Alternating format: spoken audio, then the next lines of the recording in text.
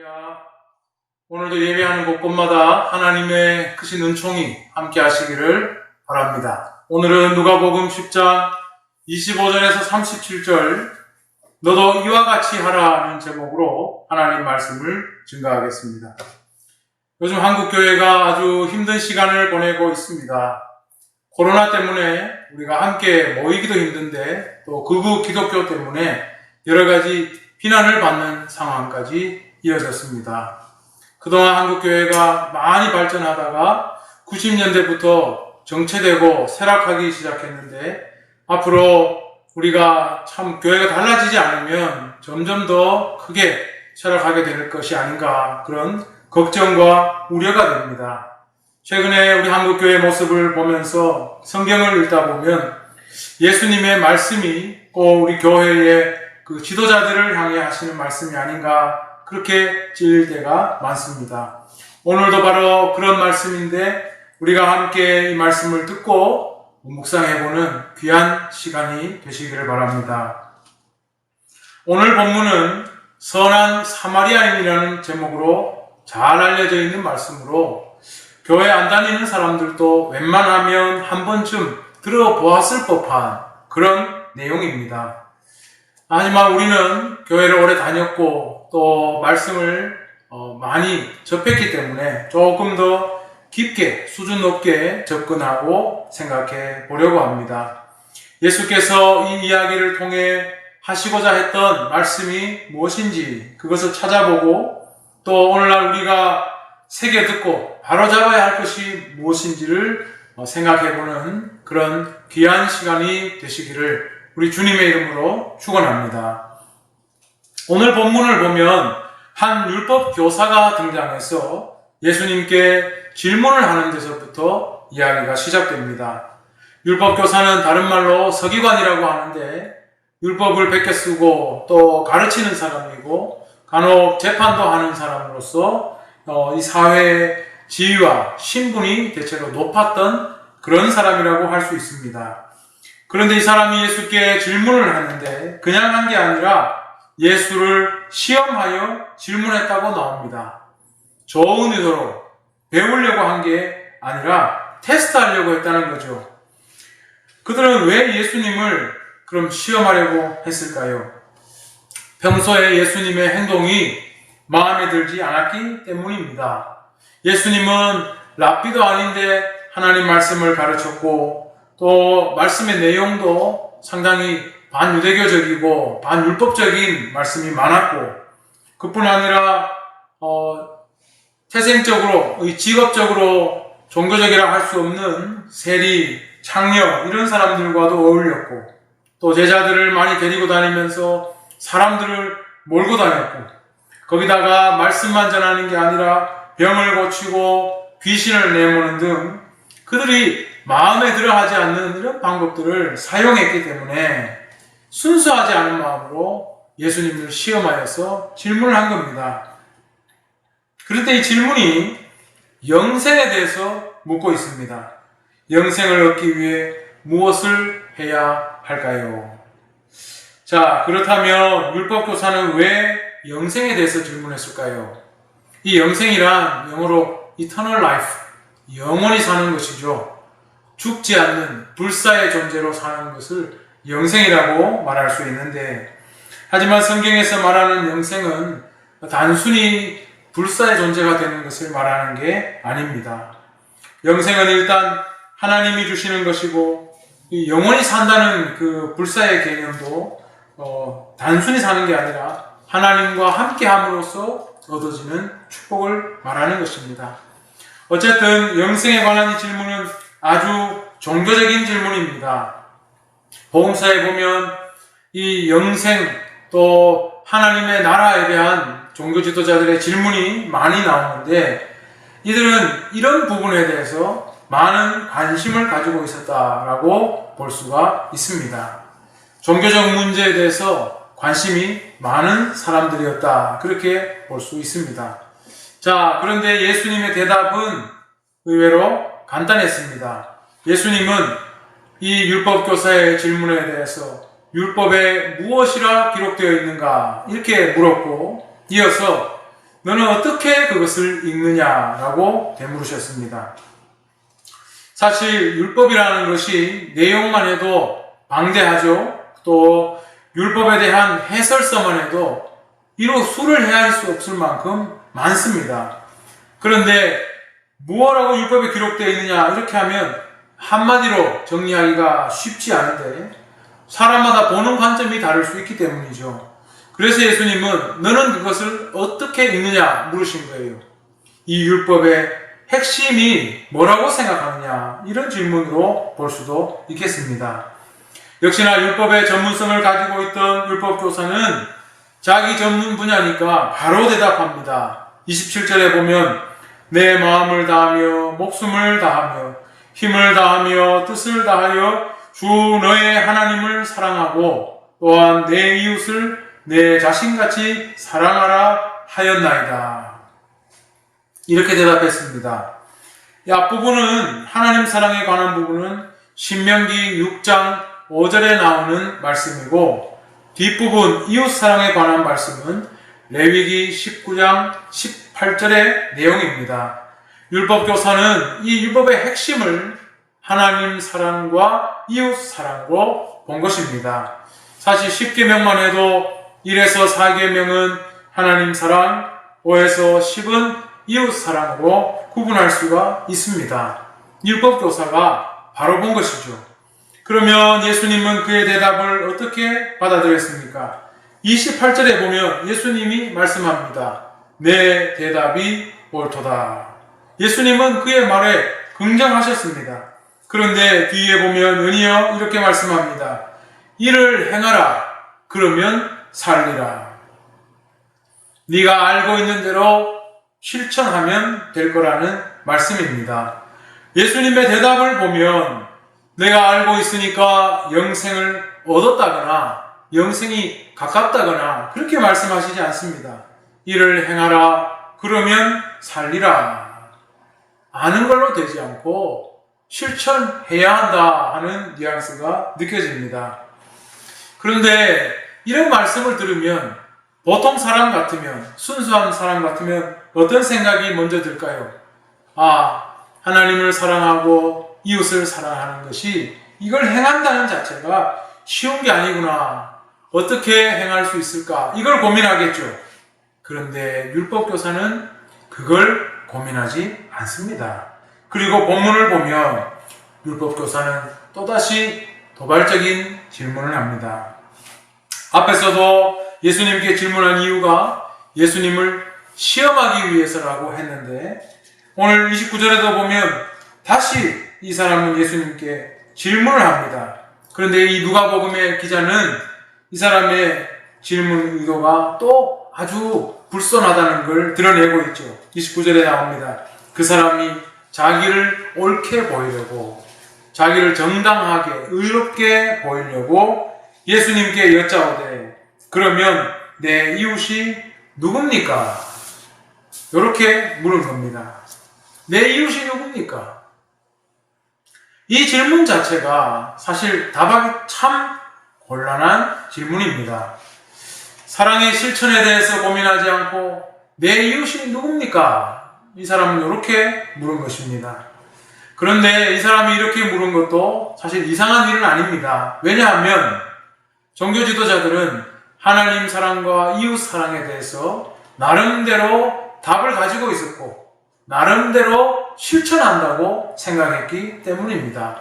율법을 잘 지키고 성전 제의를 잘 하고 율법 교사로서의 직분을 잘 감당하는 게 하나님을 사랑하는 거라고 믿었고 이웃 사랑은 자기 유대인 동족들 그리고 유대교 신앙을 공유하는 동지들과 잘 교류하는 게 이웃 사랑이라고 생각했으니까 그 정도면 나는 잘 지키고 있다고 믿고 있었던 것이죠. 그렇기 때문에 내 이웃이 누굽니까? 이 질문을 통해서 예수님을 좀 공경에 몰아넣으려고 했던 겁니다. 내 이웃이 누구냐? 사실 이 질문은 상당히 곤란한 질문이죠. 왜냐하면 이웃을 누구로 상정하는가에 따라 그 사람의 많은 생각들이 드러나게 되기 때문입니다. 만약에 예수님이 이웃을 유대인으로 상정한다고 생각해 보십시오. 그러면 이방인들, 사마리아인들은 이웃이 아닌 적이 될 수도 있는 겁니다. 이웃을 유대교 지도자들로만 상정해 보십시오. 그렇다면 유대교 지도자들과는 거리가 멀고 상대적으로 그들과 다른 그런 사람들은 이웃이 아니라 적이 될 수도 있는 겁니다. 이웃을 권력자로 생각하면 이 권력의 반대편에 서 있는 사람은 적이 될 수 있는 겁니다. 이웃을 어떻게 상정하는가에 따라 스스로 진영에 묶이게 되는 것이고, 이는 자기가 속한 진영을 위해서 무조건적으로 옹호하거나 아니면 상대 진영을 비난하는 일이 생길 수밖에 없는 겁니다. 가령 예를 들어 우리도 이웃 설정을 같은 동네 주민으로 상정해 두면 지역 사이에 어떤 문제가 발생했을 때 다른 동네는 우리의 적이 될 수도 있는 겁니다. 이웃 설정을 우리 대한민국 국민으로만 설정해 놓으면 국가 간에 분쟁이 생길 때 그들은 바로 우리의 적이 될 수밖에 없습니다. 이웃을 같은 기독교 신자로만 묶어 놓으면 어떤 문제가 발생했을 때 이것도 종교가 다른 사람은 적이 될 수밖에 없는 겁니다. 내 이웃이 누구인가 하는 이 문제는 사실 쉽게 답이 나오는 문제가 아닙니다. 그리고 그것을 바로 답을 내린다고 해서 좋은 것도 아닙니다. 결국 이 질문을 한 의도 자체가 굉장히 불순한 것입니다. 오늘날 한국교회도 이런 문제 때문에 참 골치 아픕니다. 극우 기독교가 오늘날 한국교회를 상당히 부끄럽게 만들고 있습니다. 그들은 자기들과 정치적인 생각을 함께하지 않는 사람을 이웃에 두지 않고 적으로 간주해버립니다. 심지어 우리 한국교회에서 가장 보수적인 어른이라 할 수 있는 손봉호 교수님까지도 자기들과 정치적인 입장이 다르다고 해서 좌파다, 용공이다, 빨갱이다 이렇게까지 몰아붙이는 것을 보았습니다. 내 이웃이 누구냐? 굉장히 어려운 질문이고 쉽게 답을 내린다고 해서 뭔가 좋은 해답이 생기는 것도 아닌 그런 질문입니다. 다시 말하면 이것은 자기의 의로움을 드러내면서 예수님을 궁지에 빠뜨리려는 그러한 의도가 담겨있는 질문으로 볼 수가 있습니다. 그런데 예수님은 이 질문에 대해서 바로 답을 주기보다 하나의 이야기를 꺼냈습니다. 그 이야기가 바로 우리가 잘 아는 선한 사마리아인에 대한 이야기입니다. 우리가 이 이야기를 잘 알기 때문에 세세하게 볼 필요는 없지만 이 이야기의 배경이 예루살렘에서 여리고로 가는 길이라는 것, 그리고 그 당시에 실제로 여리고에 많은 제사장, 레위인들이 살고 있었다는 것은 생각해 볼 필요가 있습니다. 즉, 여기서 강도 만난 사람은 유대인일 가능성이 상당히 높은 것이죠. 그런데 이 사람이 강도 만나서 거의 반쯤 죽어가고 있을 때 세 사람이 지나갔는데 첫 번째, 두 번째 사람은 이 사람 죽어가는 사람을 못 본 척하고 피해 갔다는 것이 아니겠습니까? 그들의 직업이 소개되고 있는데 그 직업이 바로 제사장과 레위인이었습니다. 이들의 공통점은 무엇입니까? 바로 종교인이죠. 성직자와 성전 봉사자입니다. 원래 제사장도 레위인에서 뽑게 되고 또 일반 레위인들도 평생 성전과 종교적인 직무를 위해서 봉사하게 되어 있었죠. 그런데 이런 종교적인 사람들이 강도 만난 사람, 혹 유대인일 수도 있는 이 사람을 다 죽어가는데도 불구하고 그냥 버려두고 못 본 척하고 피해갔다는 거 아니겠습니까? 즉, 율법을 잘 알고 있을 법한 사람들이지만 이들이 율법을 잘 지키지는 않았다는 것을 이 이야기에서는 보여주고 있습니다. 그런데 마지막 세 번째 사람은 어땠습니까? 그는 강도 만난 사람을 잘 치료해주고 그뿐 아니라 주막으로 데려가서 자기 돈을 얹어주면서 주인에게 치료를 부탁했죠. 그런데 이 사람은 누굽니까? 유대인들이 아주 무시하는 사마리아 사람이었습니다. 사마리아 사람은 유대인 방식의 제사나 율법 이런 거하고는 거리가 먼 사람이었죠. 그런데 죽어가는 사람을 도와줌으로써 사랑을 실천하고 있습니다. 예수님께서 드러내고 있는 이야기가 바로 이걸 보여줍니다. 자, 이제 예수님의 질문이 나옵니다. 이 중에 누가 강도 만난 자의 이웃이 되겠느냐? 이 질문은 피해 나갈 여지가 없습니다. 누가 대답해도 똑같을 수밖에 없는 질문을 예수님이 하신 겁니다. 궤변이 통하지 않을 그런 질문으로 이 사람을 궁지에 몰아넣은 것이죠. 결국 율법교사도 우리가 생각하는 것과 똑같은 답변을 할 수밖에 없었습니다. 그런데 끝까지 사마리아인이다라는 말을 하지 않아요. 대신 이렇게 대답하죠. 자비를 베푼 자입니다. 예수님도 다른 말씀을 더 하시진 않습니다. 가서 너도 이와 같이 하라.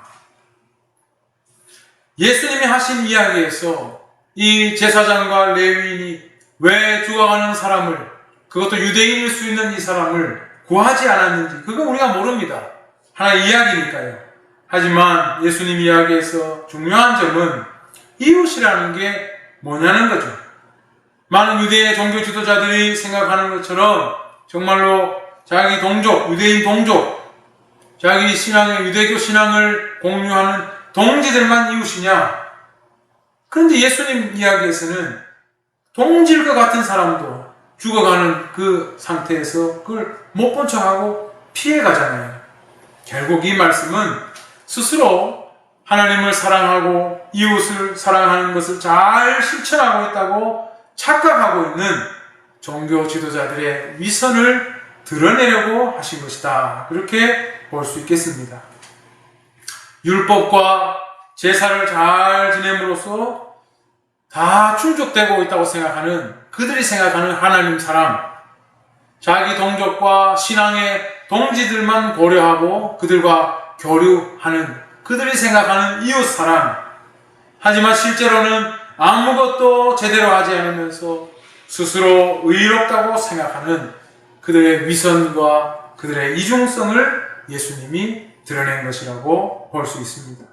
그럼에도 불구하고 끝까지 누가 강도 만난 자의 이웃이냐고 물으셨을 때 사마리아인이다 라고는 할 수 없어서 자비를 베푼 사람입니다. 이렇게 대답했던 그 고집, 그것을 오늘 말씀에서 볼 수가 있습니다. 그러니까 예수님도 다른 말씀하시지 않고 너도 이와 같이 하라고만 말씀하신 것입니다. 율법교사는 끝까지 윗선으로 자기를 덮고 자기 의를 드러내고 싶었지만 이미 이 이야기에서 율법교사는 패했습니다. 율법 해석에 대한 예수님의 그 말씀에 꼬리를 내릴 수밖에 없는 것이죠. 어려움에 빠진 사람에게 자비를 베푸는 자가 진짜 이웃이다 라는 이 말씀에 대해서 율법교사는 더 이상 항변할 것이 없었습니다. 머리가 납득하는 대로 실천하는 것이 중요한 것이죠. 오늘 본문은 맨 처음 율법교사의 질문 의도에서 또 질문의 내용에서 드러나듯이 종교적인 문제로 너무 과열되어 있는 사람들, 영생을 얻는 법에 대해서 물은 이 사람들이 이웃이, 그럼 내 이웃이 누굽니까? 이런 것을 물은 것을 보면서 우리는 그들의 이중성, 그들의 위선적인 모습을 볼 수가 있었습니다. 자기들의 의로움, 자기들의 정당함에만 고무되어서 오히려 예수님을 궁지에 몰아넣으려고 했던 이 사람들은 자기들의 이중성과 자기들의 위선적인 모습만 드러나게 될 뿐이었습니다. 그들은 하나님 사랑, 이웃 사랑을 잘 알고 있고 또 행하고 있는 것처럼 생각하고 있었지만 실제로는 이 제사장과 이 레위인처럼 이웃의 고통을 못 본 척 해버리는 그런 인정머리 없는 사람들이라는 것을 예수님은 드러내 버리신 것입니다. 사실 우리가 지난주 읽은 말씀에서도 이와 비슷한 맥락을 보았습니다. 예수님은 종교 지도자들에게 하나님 나라의 비밀이 숨겨져 있다는 것을 말씀했죠. 여러분 기억하시죠? 지난주에 읽었던 말씀 21절에 이것을 지혜롭고 슬기 있는 자들에게는 숨기시고 어린아이들에게는 나타내심을 감사하나이다. 이것이 아버지의 뜻입니다. 예수님이 그렇게 기도하셨죠. 스스로 어렵다고 생각하는 종교 지도자들은 이 영생에 대해서, 하나님 나라의 비밀에 대해서 사실은 아무것도 모르는 겁니다. 그들은 스스로 어렵다고 생각하지만 스스로 하나님을 사랑하고 이웃 사랑을 잘 실천하고 있다고 착각했지만 실제로는 이 제사장과 이 레위인 같은 사람들이었다는 것을 예수님은 다 폭로하고 계신 것입니다.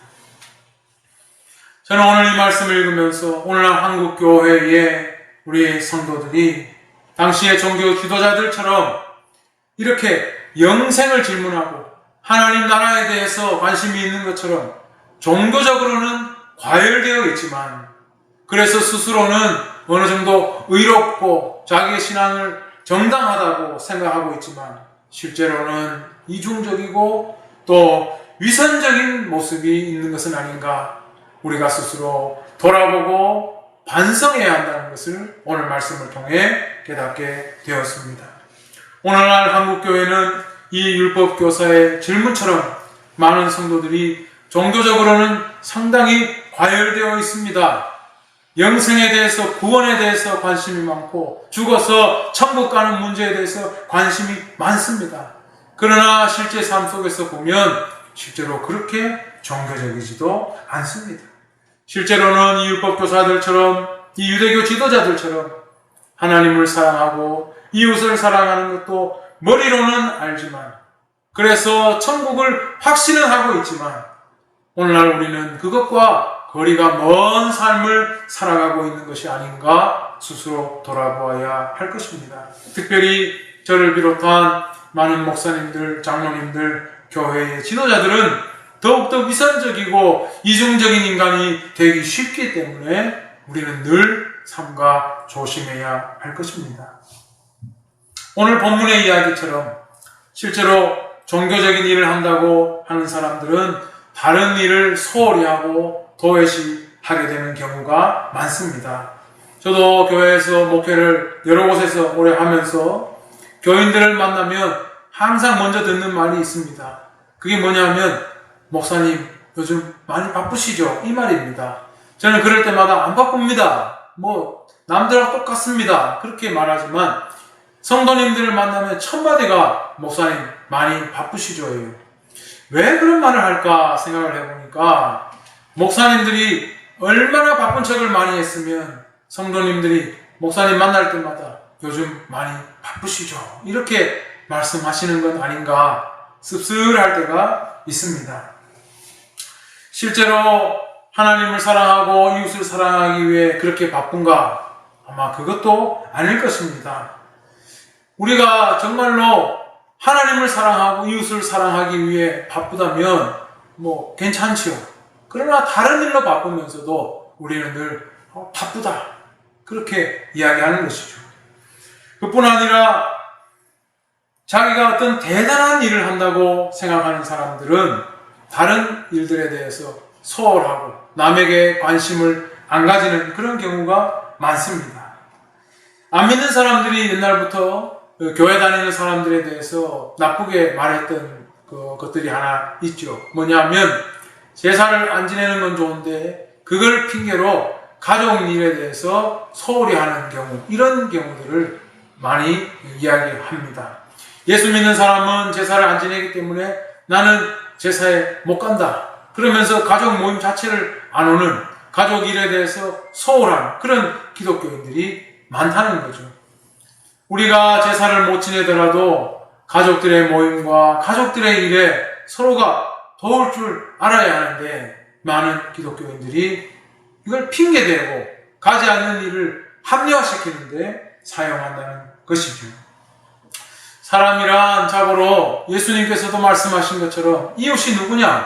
어려움에 처한 사람에게 자비를 베풀 줄 아는 사람이 이웃인데, 가족의 어려움과 가족의 그 곤경에 대해서도 모른 척하고 나 몰라라 하면서 나는 하나님을 사랑한다고 종교적으로 과열되어 있는 모습을 보면 믿지 않는 사람들이 그것을 이해할 수 없는 것입니다. 우리는 인간이라면 일반적으로 다른 사람의 어려움을 보고 도와줄 줄 알아야 합니다. 그리고 어려움에 처한 사람을 보면 측은지심이 생겨야 합니다. 또한 만약에 못 도와줬으면 양심의 가책이라도 생겨야 그것이 바로 바른 마음을 가진 사람이라 할 것입니다. 먼저 그렇게 바른 마음을 가지고 있는 자만이 하나님께서 보시기에 하나님의 은혜를 충분히 받을 만한 사람이라고 말할 수가 있겠습니다. 왜냐하면 위선적이고 이중적이면서도 자기 합리화에만 응하게 되면 그런 사람은 겸손한 사람이라 할 수 없고 결국 그런 사람이 어떻게 그리스도의 십자가의 은혜를 이해할 수 있겠습니까?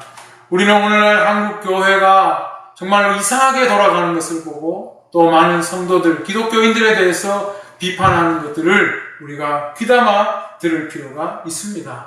한국교회 성도들은 종교적으로는 과열되어 있는 것 같지만 자기의 위선과 자기의 이중성을 스스로 포장하고 합리화할 줄 아는 그런 신앙을 배웠기 때문에 오늘날 우리가 많은 비난을 받고 있는 것이 아닌가 돌아보아야 할 것입니다. 한마디로 말하면 자신의 문제에 대해서 잘못된 것을 깨닫고 회개하지 못하고 양심의 가책을 받지 않고 오히려 그것을 신앙으로 포장을 해버리는 자기의 정당함과 의로움으로 포장을 해버리는 사람들이 기독교인들 가운데 많으니까 이걸 감당할 사람들이 없게 되는 것입니다.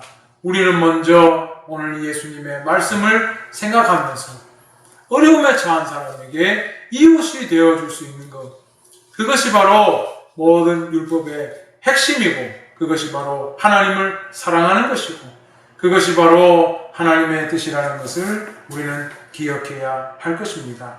제사장과 레위인들이 뻔히 알면서도 강도당한 사람을 못 본 척하고 지나간 것에서 그들이 양심의 가책을 느꼈을까요? 종교적 책무를 느꼈을까요? 저는 못 느꼈을 것 같습니다. 오히려 그들은 자기들이 도와주지 못한 데 대해서 합리적인 어떤 이유들을 계속 머릿속으로 만들어내면서 스스로 자기는 정당했다, 자기는 의롭다라고 계속 합리화를 시도했을 것입니다.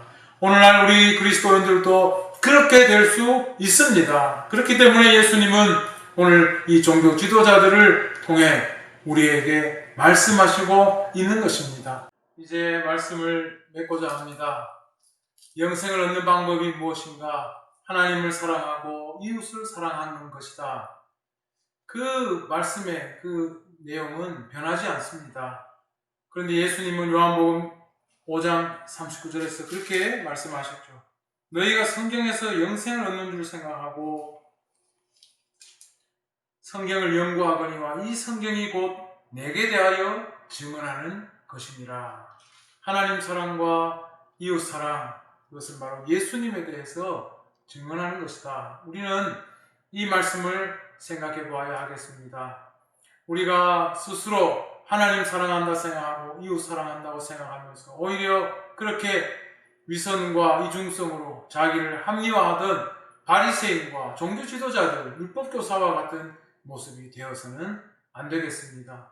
우리가 스스로 자기의 문제를 알고 이것을 실천하는 데 있어서도 부족함을 알고 예수님께로 나아갈 줄 아는 그 겸손함과 순종 안에서 우리는 영생의 비밀을 발견할 수 있을 것입니다. 오늘 이 말씀은 예수님께서 참으로 우리에게 귀한 것들을 가르쳐 주시는 말씀입니다. 우리는 어떤 사람이 되어야 하는가?